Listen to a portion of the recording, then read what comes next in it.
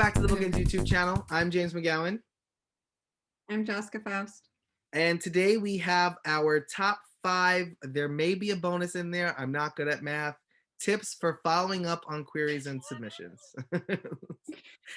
Yeah, so this is a big one because I think this one makes authors super nervous. It does, but we are in, it's like prime following up season, right? Because all the stuff that never got responded to last year, people want to sort of check in this year after the holidays, now that we're sort of getting back to the grind of business. So we thought we would give our best tips for how to compose that follow-up and actually send it. But we should note that there's going to be some differences here. BookEnds uses Query Manager, but not every agent does. So we've decided to give you our tips based on email queries and then give you the caveats for if you're doing this through Query Manager.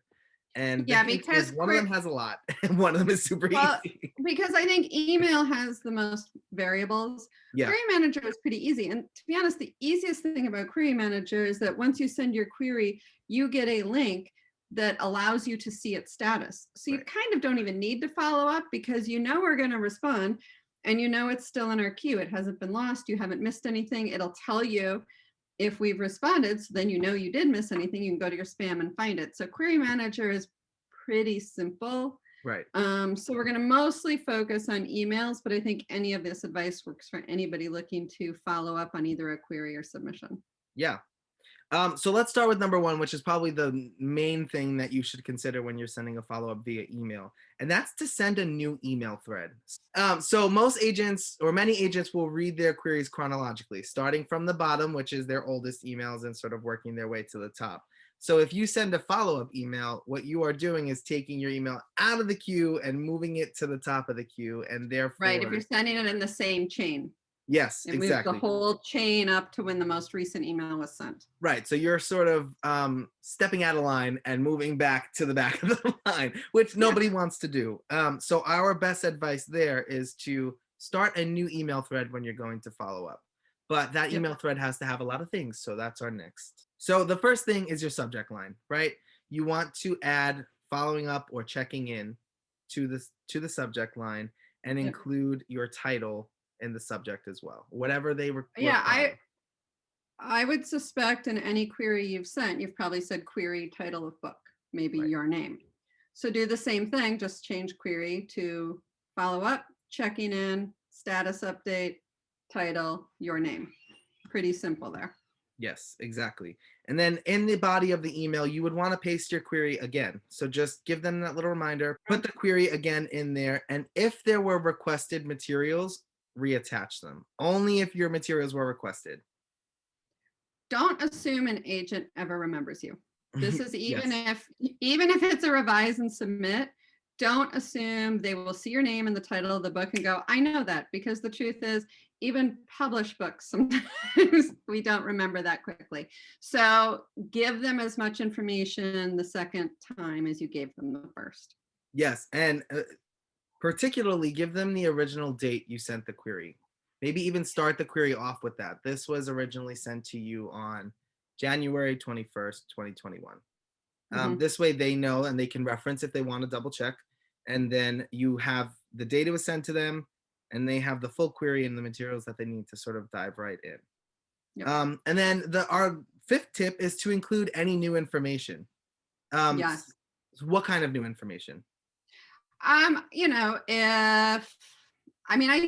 Nobody really cares if another agent has requested your material in addition to.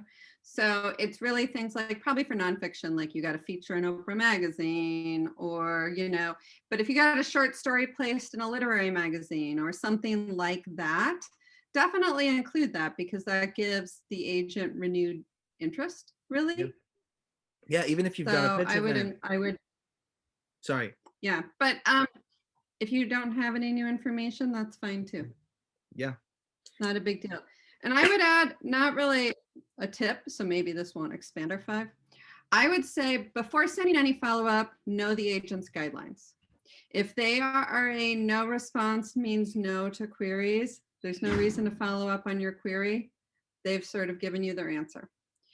If their guidelines say they respond to all materials, let's say within 12 weeks, Give yourself 2 weeks past whatever their last date is, and then respond. And I only say that because there seems to always be this sort of timing with me where I've read a bunch of stuff over the weekend. I come in on Monday, and because I'm right at that 12-week mark, people are following up, and then I'm sending rejections, and it looks like I'm sending rejections based on your follow-up, which is not at all the case, but the timing is just weird, and it always makes me feel awkward. So it's about me.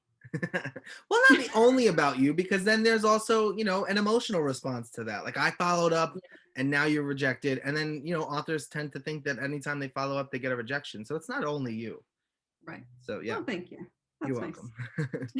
welcome. Yeah. And our bonus tip, we did have a bonus tip, was to only follow up once. Yeah. If an agent doesn't respond, within a couple of weeks after your follow-up, you can mark it as rejected. Sometimes I think that makes people feel better, just to feel like, okay, now that person's off my list. If they come back, that's great. You can revisit it, maybe they're interested or whatever, and that would be a bonus for you. But if you're one of those people like me and like James who needs a clean list, Yes. then give yourself sort of a timing of, okay, I followed up, I'll give this person an extra 4 weeks, and if I don't hear from them, I'm just going to move them to the rejected because it makes me feel better.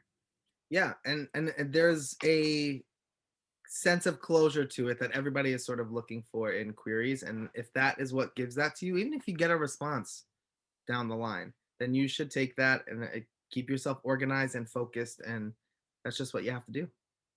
Wait, I have a dating reference. Okay. No food references in the 5 videos we filmed today. I know. So I have to use this reference. So, Okay. It's like if you go on a date and you text someone and they're not responding, then you got to write them off. The same happens with agents. After a time, if you're just not getting any response, it's time to just write that query off. Yeah, and it's also like a sense of valuing yourself. Why should you keep putting energy into someone who is not responding to you? And I mean, we talk about it all the time. The no response thing is frustrating to the both of us. So at some point, it's just a matter of valuing your own time and your work and moving forward. Yep. Well, we hope these tips were helpful for anybody following up in the new year and beyond. And we hope you'll think of BookEnds when you're querying. Absolutely. Don't forget to like and subscribe, and we'll see you back here next time. Bye.